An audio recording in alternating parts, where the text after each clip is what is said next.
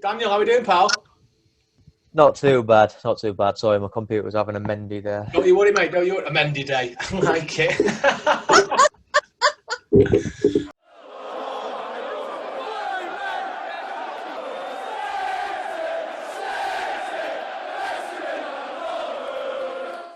Right, we are going to crack on because this is short. This is sweet. What I'm looking from both of you is positives. Because what I watched yesterday, I'm really, really, really disappointed. Dan, you did the live for us yesterday. You've apologised for your attitude on it, but I don't think you had anything to apologise for with your attitude yesterday. No, we're going to go to Emily first. Emily, I need you to tell me what your thoughts were on that. Give me the good, the bad, and the ugly in your own opinion. I mean, I give you the ugly all night long because it was really ugly. The good was that we scored from two corners. Yeah, that's about it. That is about it. And Aki was in my positive column. And then it's really difficult because you don't want to be reactionary, but at what point do you see the pattern emerging? Because for me, I saw it emerging last season and kind of put myself in denial with, teams finding us out to a certain extent. And I think that Leicester played the ultimate game plan to a T yesterday. Yeah. Brendan Rodgers knew exactly how to set up against us.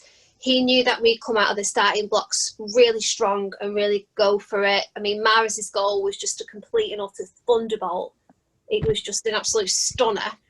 And then we kind of pressed for 25 minutes and then they started to break and they got a foothold in the game a bit more. And the penalty, I mean, the three penalties were just schoolboy errors, but not errors that professional footballers should be making at that standard. They were brain farts at the highest order. Yeah.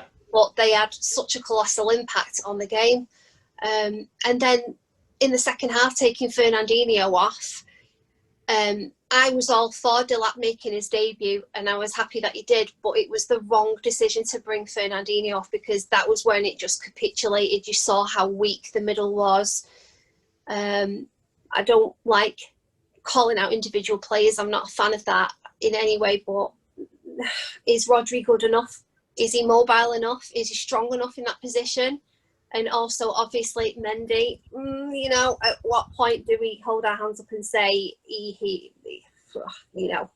do we play Aki at left back when Ruben Diaz signs? Because apparently Ruben Diaz is currently on a private plane heading to Manchester. So him and Laporte, do we put Aki at left back? Because the left back area is such a problem for us at the moment.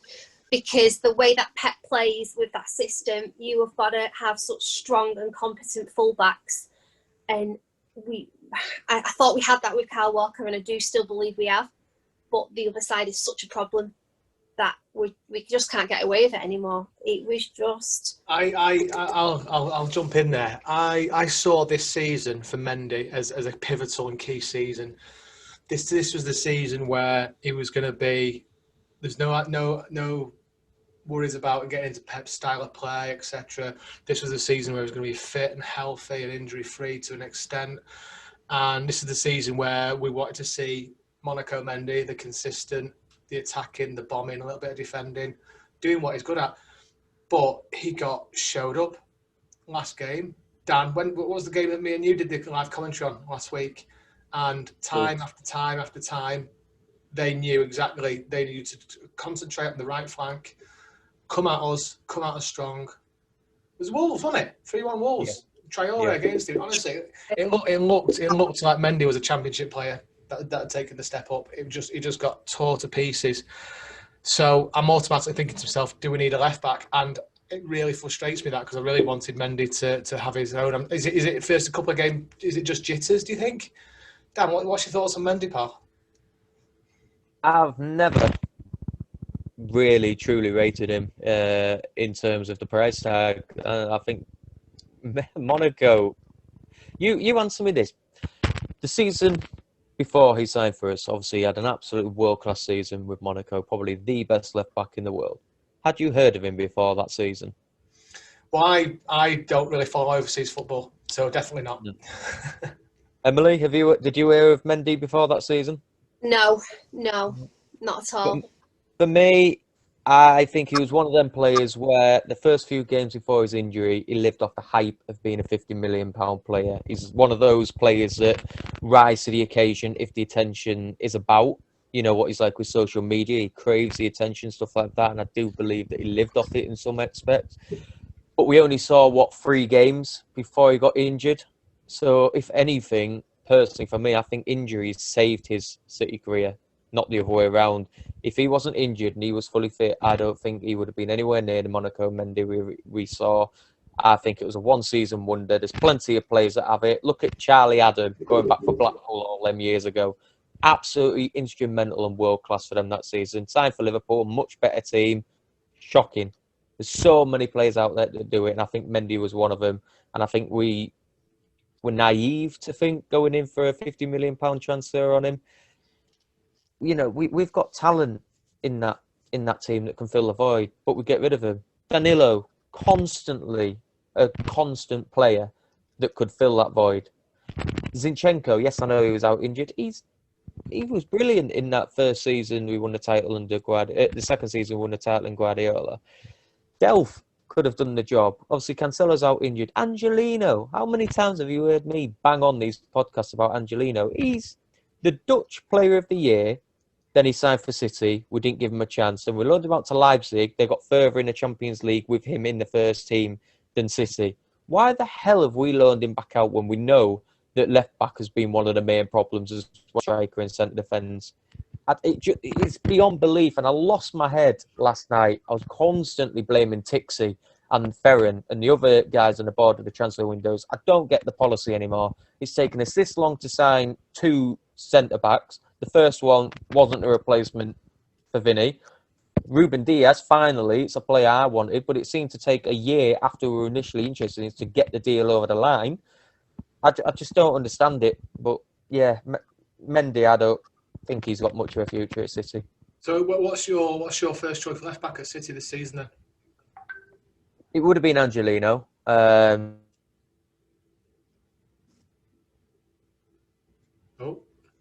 that's it. It would have been Angelino and he's gone.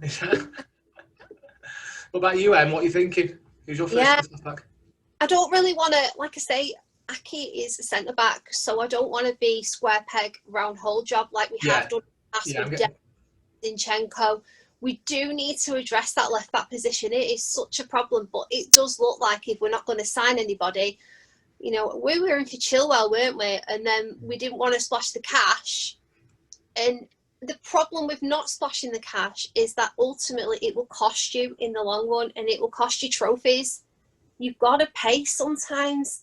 But yeah, you look at Mendy and he was a one-season wonder, and it is so frustrating because keep saying with him, benefit of the doubt. And then it just gets to a point where it's just, you can't defend somebody anymore. So who would both of you put in at left back out of our current squad now? Cancelo.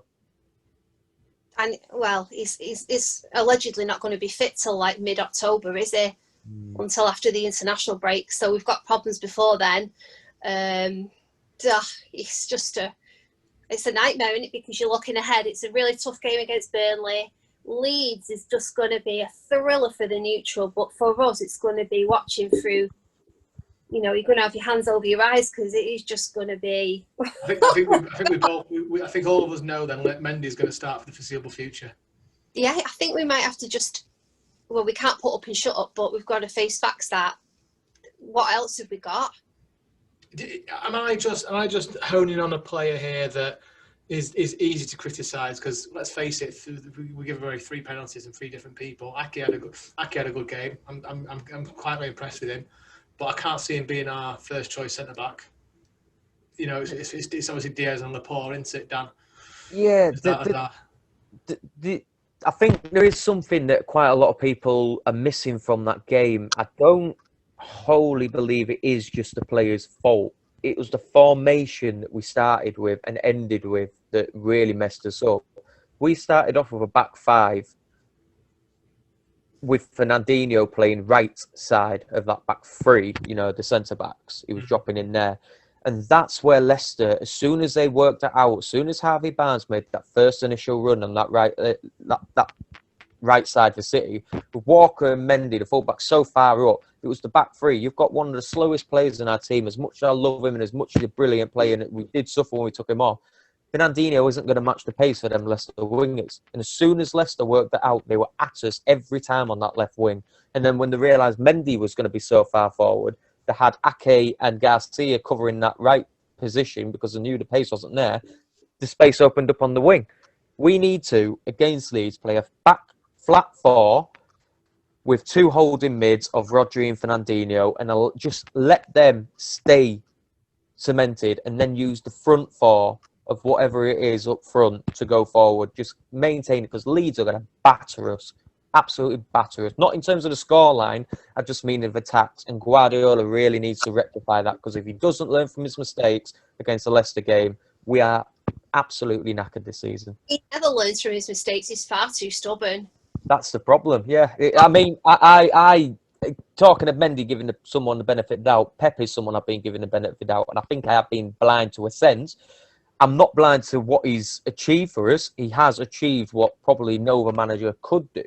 But at the same time, he spent $450 million on defensive players. And we still, even when we won the titles under him, you could still see the fractionless of that back line.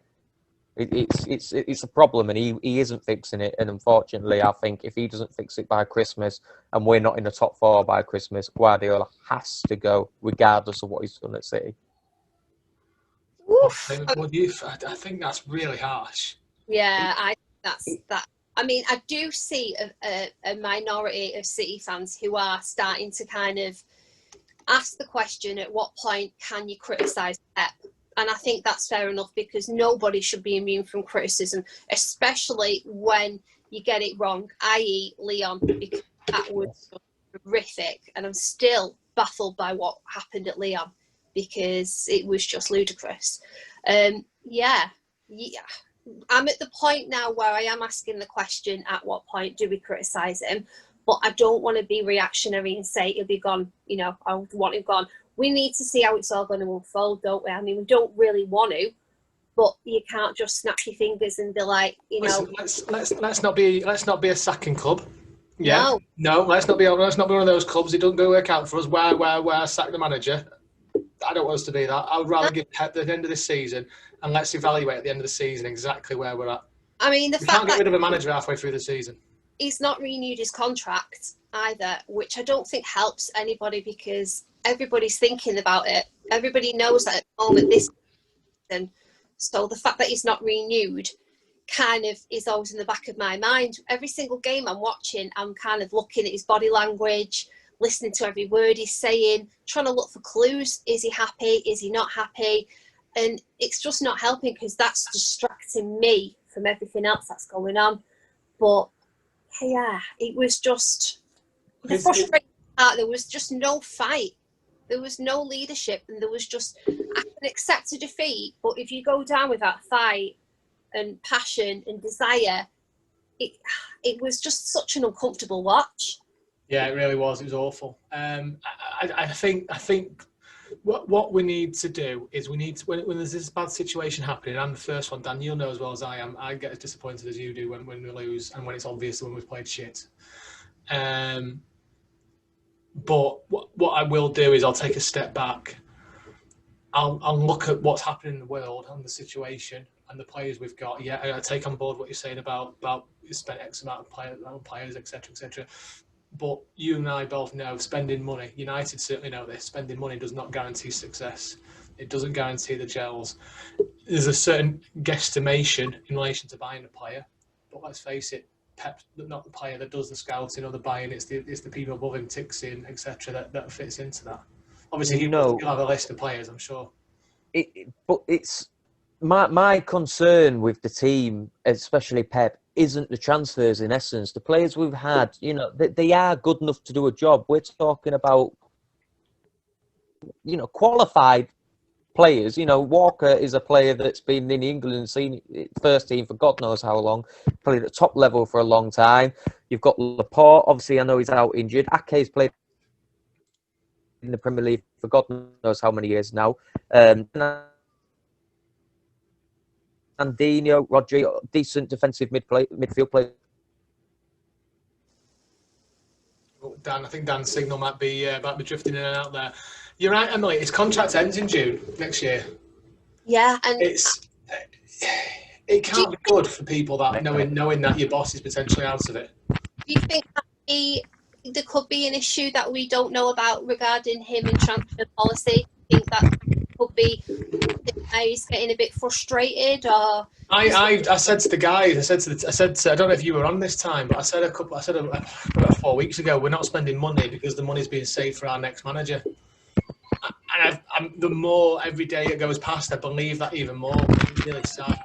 I love Pep. I am almost blind to some of the things he does. Yeah, me too. It was last season, certainly, but this season, things like making a substitution 50 minutes too late, reactionary on the point of panic stations. He does do it. I think everyone knows that, and it's worrying that when he does do that.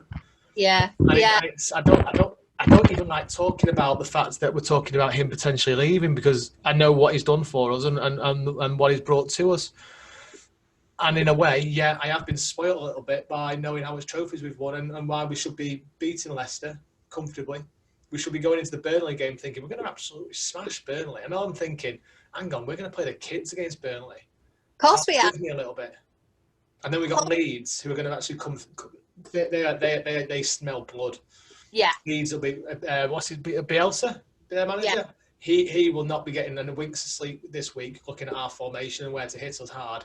And I tell you what, if I was him, that right wing of ours, he'll be absolutely battering balls into past Mendy. Yeah. Is Jack Harrison left-footed, Dan? I believe he's both. Right winger, left winger. I don't honestly know. He's both. He's going to have an absolute field day against our defence, Jack Harrison. Actually, he'd probably be able to play. Is he on loan? Has he sold? We sold him. He's on loan, but I think well, he can't play then. Right, no, that's a bonus. I think Leeds have paid I think it's 1.2 million or something. You have to pay to a parent club if you want them to pay. I think they've paid that. Well, I tell you what, if they do that, somebody that's sitting is shooting. I bet they have though, because that Saturday night, 5:30, people are going to be sat there with bloody popcorn watching that, because neutrals will be rubbing their hands knowing what's coming from that game. It's going to be 3-3, isn't it? It's going to be a monster of a game, isn't it? Because it's just going to be gung-ho, full throttle, and I just hope we learn some lessons. But I mean, the high press, when it works, it produces some magnificent football, and it's given me some of the best memories of my footballing life. Yeah. It's just incredible, but you live or you die by it, and that's what happens. It is just so risky if you've not got the players to actually cope and deal with it. It can leave you so exposed and so vulnerable, and teams have sussed that out. That's what's happened. That's what we're finding now. That's what we're seeing time and time again. We saw it last season, and I gave it the benefit of the doubt. And I'm not a reactionary person, and I'm trying to be rational and to be real and realistic and be fair in my judgment. But when it happens consistently and you see a pattern emerging, it's hard to ignore. Yeah. Well, I think Tom's lost signal this time. Sorry, it's because I was on a rant. No. How far did I get with my pet? You ran away. That's what you're here for. I've just seen one of our admins, and I'm pissed off about this, has posted a poll on our page whether Pep should go or not. Dan, you know what it is. And I honestly, I'm pissed off about that. No. Because that is totally the wrong attitude towards this. That's not a good look. It's not a good look. It's pathetic. It's absolutely pathetic. He's almost as if he works for the Guardian or the Mirror. It's literally just what I was talking about being reactionary. Unbelievable. But how far did I get with my Pep comments, by the way? Yeah, it keeps cutting out the internet. I'll do it, mate. Just so I can explain what I mean by I don't like the Pep out type thing. Say that again, pal. You broke up there. I think I don't know what's happening, but I think it's this computer. How far did I get with my Pep comments? I was on about last season against Leon. Was that like 5 minutes Still ago? Yeah, but it cut out. No, you crack on. You start again, pal. I think there's a delay here.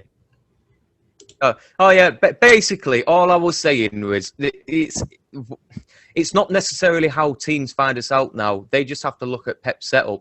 We saw it as fans against Leon last year. I think every one of us knew what to change in that game for us to even have a chance at winning it. Pep never did. It was late substitutions that he seems to be doing at the moment. You and me, we watched the Wolves game, Tom. You and me were banging on it all through that beginning of that second half. He needs to make a change. He needs to make a change. And he didn't. And the moment he did, it was too little too late in terms of Wolves coming back into the game. Luckily, we scored a late winner, but it shouldn't have had to be.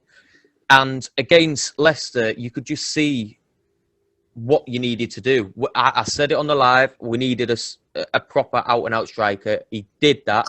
He brought Liam Delap on completely for the wrong person, though. Yeah. Like I said, he should have dropped that back four back into a solid back four and kept Rodri and Fernandinho in that holding mid and take either Mahrez or Foden off. I would have played Sterling where he's more effective out on one of the wings and use either Mahrez or Foden, whichever one is left on the pitch on the other wing, and then play Delap up front, allowing De Bruyne to have that central role to feed off either winger or play a through ball to Delap. Pep decided to do something completely different. We were getting pummeled against our defence. So what does he do? Take a defensive player off. One of, arguably, our more consistent and best defensive players and puts an attacker on. Wrong choice of selection, that. Teams just need to look at what Pep does and how he sets up, and they'll beat us no matter what. That's the problem. And that's the stubbornness on Pep. I don't want Pep to go. I know my comments have been a bit weird. I don't want him to go. I think what he's done for the club is absolutely fantastic. But he needs to pull his head out his ass and understand what us fans can see. We're fans. We're not professional footballers. We're not professional people in the background in terms of running the game, the sport, running a club. But we can see it. So if we can see it, surely the best coach in the world can see it. You used numbers then. Do you not think he is? I don't like using. I'll be perfectly honest. I don't like using the term "best coach in the world." I think a lot of coaches are on par. I don't think there's any coach that's better than the other. If you know what I mean, you're as good as the team you make.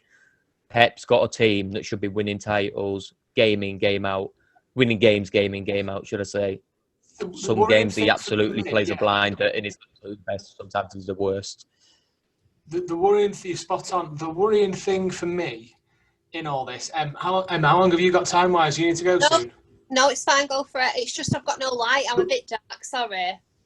No, it's fine. The worrying thing for me with this is we are slowly but surely getting to a stage where all the previous players that have played for other managers have left. And this team is solely Pep's full team of players he's bought. The only negative in my mind is thinking, well, if this is his full team of players that he's bought, why are we not doing better? And why did we do better with players that he didn't buy? That is a big concern for me. Yeah, you're completely right. That really concerns me. Surely we should be, we should be at the pomp now of our era. So, yeah, I understand that, and I don't want to sound like I'm being an oxymoron against what I just said about, being a sacking manager and all being a sacking club and all the rest of it. But we can't let Pep go this season. We really can't. He's got to go. He's got to go to the end of his tenure. Let's see what we're doing in May. If we're lifting another trophy, fantastic. If we're not lifting a trophy at the end of the season, whether it's the Carabao Cup or, well, I think it's probably our best chance of winning something from the last performance. But I'm sure I'm not going to be reactionary. The problem we've got, and Emily, you know as well as I do with Twitter, there's a load of under 15-year-olds on Twitter that are very reactionary and not been through the mill that me and you have. Yeah, but I've seen older people being like that now, honestly. Don't tell me that, really. I'm seeing it more and more. I mean, yeah, I used to think it was old versus young on there, but I am starting to see a few of the oldies, just little niggles, like, and I think it's right because you should be able to criticise the team, the players, when it's justified. It's not being over the top, and it's not throwing your toys out of the pram if you're discussing things in an adult way and saying you're not immune from criticism. If you've done things wrong, then you've got to be able to hold your hands up and admit that, because those 3 penalties yesterday, we should not be conceding 3 penalties in one match from 3 complete schoolboy errors from professional footballers. It's ridiculous. There's nothing wrong with criticising when it's justified, much like I said on Twitter, I will heap praise when they deserve it. When they deserve praise, I will blow so much smoke up their asses. But I'm an honest person, and that nobody is immune from criticism, and they shouldn't be. Absolutely right. No, and we would criticise after the Leon game. Dan, do you remember me and you after the Leon game? Pep got an absolute barrage. Yeah, I tried to forget it.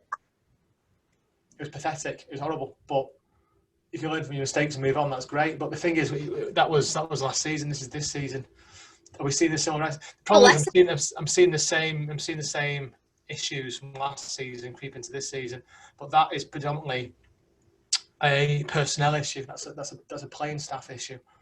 I wouldn't necessarily say it's a Pep issue, because I'm sure Pep would want to spend as much money as he wanted on players, where there's obviously something in the background to tell him why we can't spend so much money on players. Or he would do. Let's face it, any manager in the world would go to their boss and say, "Oh, I want more money." Do you think? Well, yeah, but this is my problem now. This is where I'm at in my head, watching him, like I said before. I don't want to be over dramatic or, over the top, but like I say, I've mentioned it, at the moment, this is his last season. As the months tick by, I'm thinking, right, September's nearly over. Is this the last September that we'll see Pep in charge at City?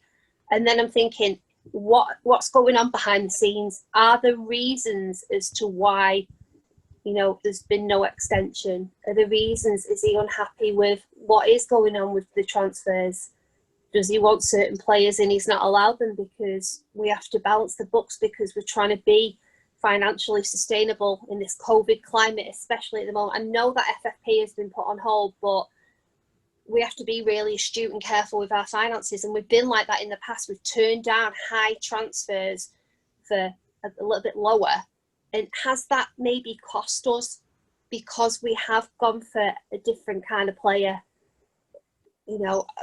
I'm just trying to second guess and look at it, but it's just alarming for me. Our transfer policy has definitely changed. Without a kind of a doubt, without a shadow of a doubt, it's definitely changed. This is a 10-year plan for the City owners, and first 5 or 6 years was very much free flowing. And the last 3 or 4 years, and you've seen a certain calmness when it comes to the contract signings we were making. I say calmness. Obviously, other clubs will look at this saying, "Oh, you spent 400 million on defence." I say, "Yeah, we have," but most of them still play in our first team. So there's still something there, isn't there? And it's a really hard situation.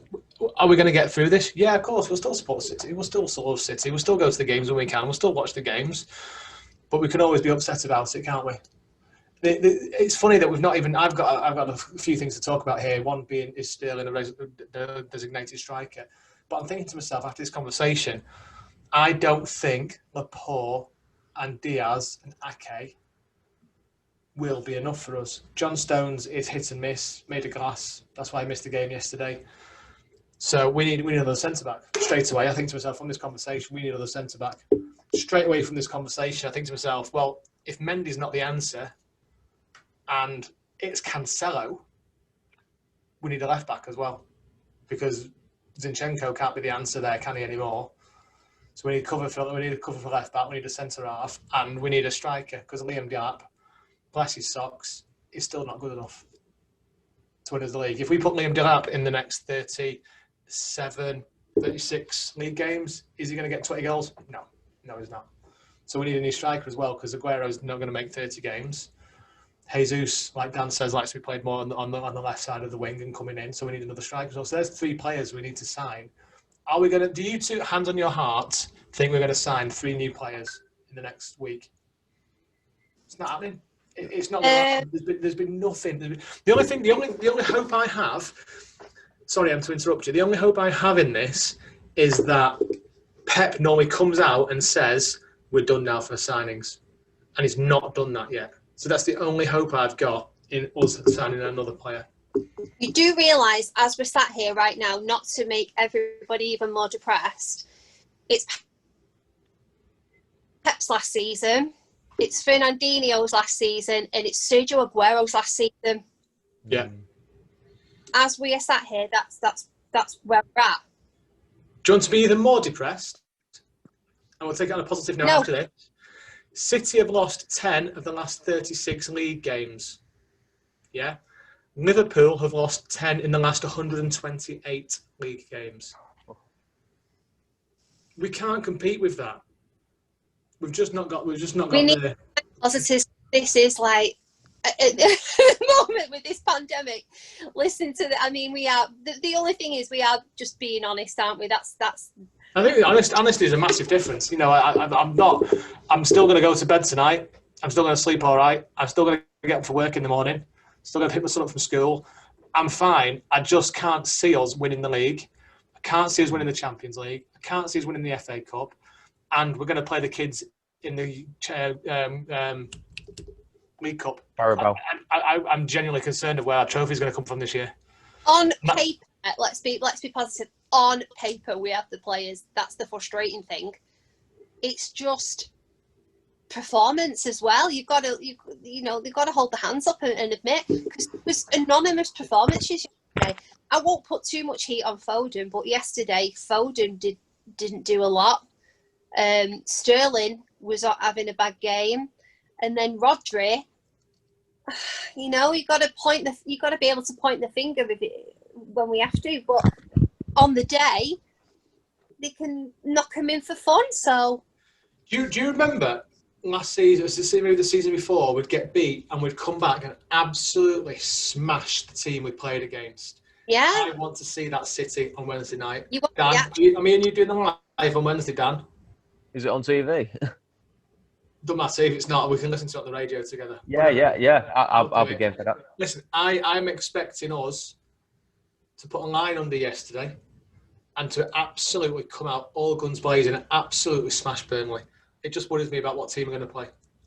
But I want that in the league against Leeds. Exactly, Leeds against Leeds is a massive game. Yeah, we need to win. We need to win on Wednesday to get our confidence back, and we need to go into Leeds fully ready, raring to go. At this moment in time, Leeds worries me.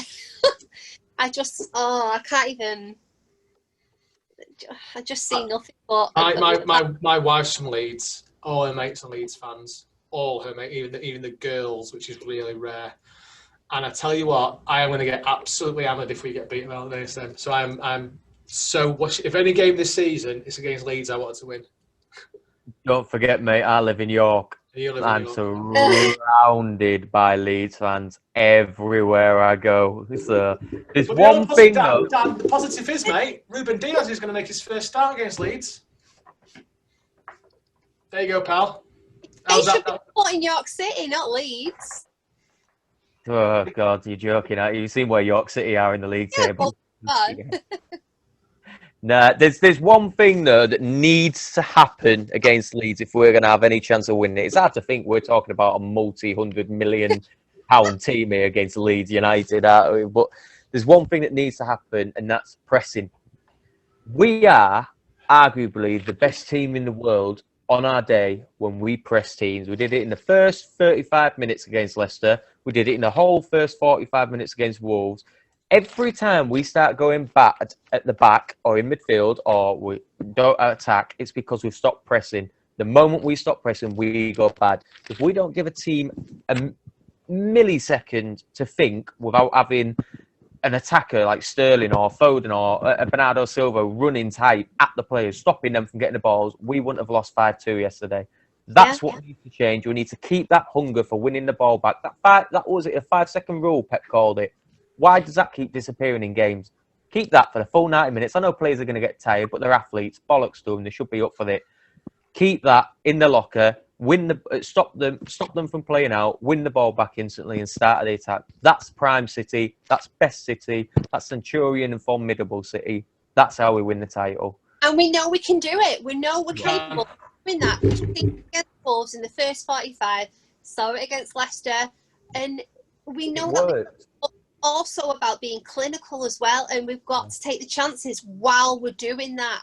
We've got to make the chances and take the chances while we're doing that. It is pivotal to everything.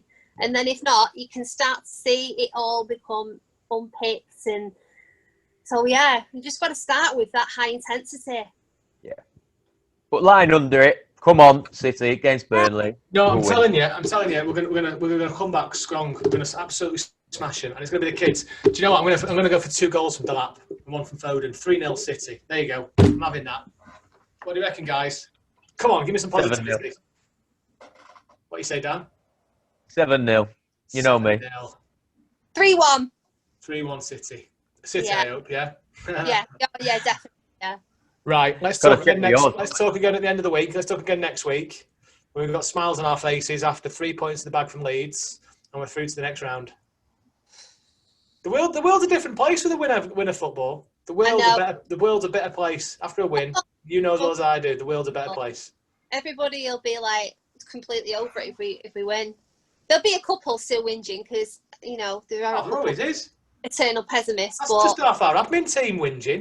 Yeah, they can't get it right. Honestly, we win 4-0. Oh well, should have scored 5. Come on, guys. One thing I will say before we do end. I seem to be a very minuscule type of person. I thought Rodri was okay against Leicester. Rodri was found lacking because Fernandinho was taken off and he didn't know what to do with himself. He was exposed. Massively exposed. But that's not his fault. That was the formation again. Yeah, no, I agree. I'm sorry, but that was the formation. I think Rodri is a great player. He played okay, and I think he has the potential. Oh, God, here he goes. Worst person to come on at the moment. I'm just going to have my tea, mate. Come on. Here's another Tom Brunt. How are you doing, Chris? You all right? I honestly don't know if you can hear me or anything. Yeah.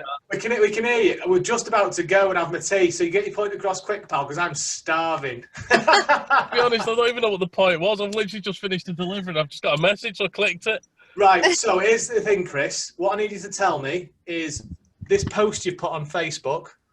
Oh, the poll? Basically, Chris has posted on Facebook a poll, right? And he's been very complimentary to a certain extent. Opinions can be strong on this matter since the Lyon game, and for some even before the Champions League exits. So let's see what you think. Click the link below and vote. Remember to keep things friendly. Everyone is entitled to an opinion, and at the end of the day, we love our club. Laney, bless your little socks. So the options are resign immediately. This is for Pep, by the way. This isn't for Mendy. Resign immediately, be sacked immediately, be given until Christmas to reevaluate, see out the rest of his contract and leave, or be offered a contract extension immediately. Now, I want to get it completely clear, so my conscience is clear on this. Pep Guardiola, his best mates, or his bosses, none of those options are going to happen. He's going to stay to the end of the season and leave or extend the contract. Is there them options? Be off the contract immediately. So, he's not going to get sacked. He's not going to be reevaluated at Christmas. He's not going to resign because why would you lose out on £7 million? Yeah. And see out the rest of his contract and leave. Go on, Chris, tell me, mate. What are you thinking, pal? Well, I mean, like I said, for me... You should drink and drive as well, by the way. No, it is literally just a poll on what everybody else thinks because I've seen it now since the Leicester match, last couple of days. He's been everywhere. I mean, he's been going on since the Lyon game, and I've seen stuff. I've had my opinions. Personally, I think he should have been sacked after that Lyon game. Right? After what happened then, I'd have sacked him then. We haven't. We've kept him. He's still there. Nice, good thinking. Good idea, Emily. I honestly think we may as well keep him now till Christmas at least. I think the realistic thing that's going to happen, I think realistically it'll be here till Christmas, and he will decide he's not going to extend his contract because he has said himself he'll only extend if he thinks he deserves it. And we know how critical he is of himself. And I just don't think he's not going to leave before the end of the season. No, I don't think he is. I don't think he is. Whether it's not necessarily what I want. I think if he's going to leave, then, like I said, if we end up at it's Christmas time and we're in the same position as we were last year, then I'd rather have somebody in at Christmas who can then spend 6 months deciding what they want.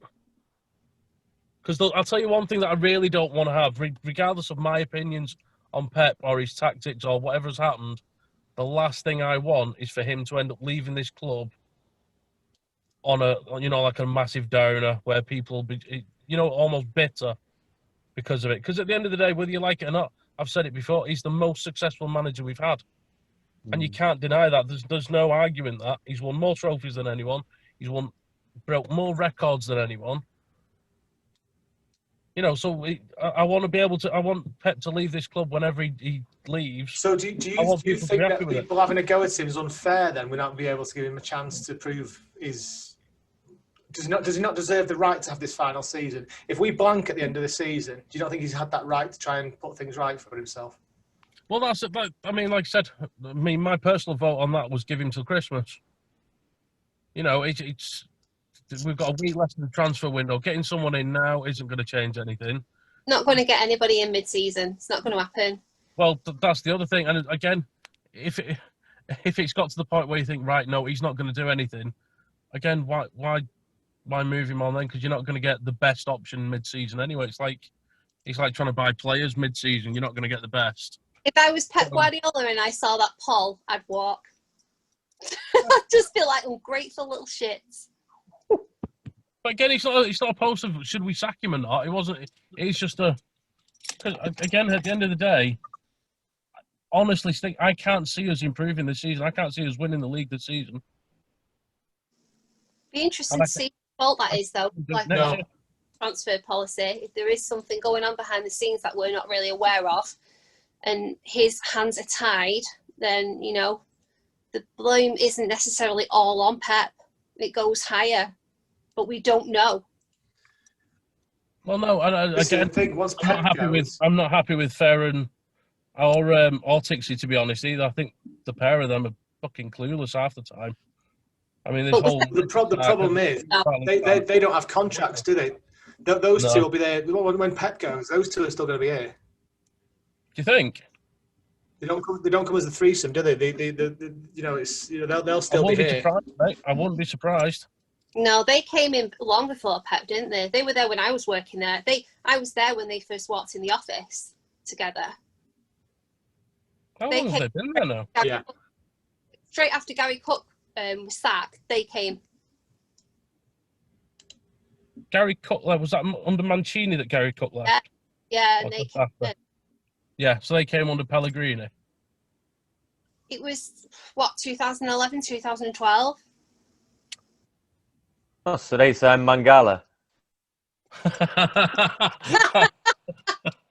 Sorry, I had to throw that in there. Although the next fucking defender from Portugal is Ruben Diaz, and my feelings on him. Right, guys, we're going to leave it there. Can everyone hear me all right? Yeah. I can hear you. What you got your hands like that for? I've just realised that the same transfer people who brought in Mangala are bringing in Ruben Diaz. It's only just clicked, and I love Ruben Diaz. It wouldn't worry too much, mate. I think if Ruben Diaz has a career like Mendy, your opinions are now null and void with the MIB team. To be fair, they also brought in players Get away with it, face. He's brought in players as well. Right, we're going. I'm hungry, Chris. I still think you should get rid of that poll, but you have admin rights, so you can do what you want to do, mate. You just do shit every now and then, aren't you? Oh, fucking hell. Honestly, I'd just like to thank everyone for giving us over 100,000 Facebook likes over the weekend.